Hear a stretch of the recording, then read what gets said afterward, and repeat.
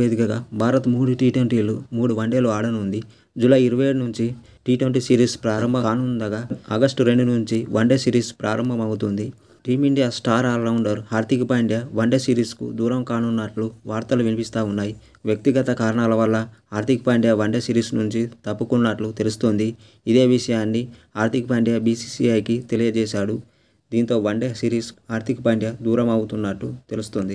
భారత్ వేదికగా జరిగిన one day world cup 2023లో గాయపడిన హార్దిక్ పాండ్యా ఇప్పటి వరకు వన్డే మ్యాచ్లు ఆడలేదు. రోహిత్ శర్మ టీ20 క్రికెట్కు రిటైర్మెంట్ ప్రకటించడంతో హార్దిక్ పాండ్యా భారత టీ20 జట్టుకు కెప్టెన్గా అయ్యే అవకాశాలు కనిపిస్తా ఉన్నాయి. అయితే తనకు సూర్యకుమార్ యాదవ్తో పోటీ ఉన్నట్టు తెలుస్తోంది. 2025 ఛాంపియన్స్ ట్రోఫీ లక్ష్యంగా భారత్ ఈ సిరీస్ బరిలోకి దిగనుంది. ఈ సిరీస్ ద్వారా టీమిండియా హెడ్ కోచ్గా గంభీర్ బాధ్యతలు చేపడతారు.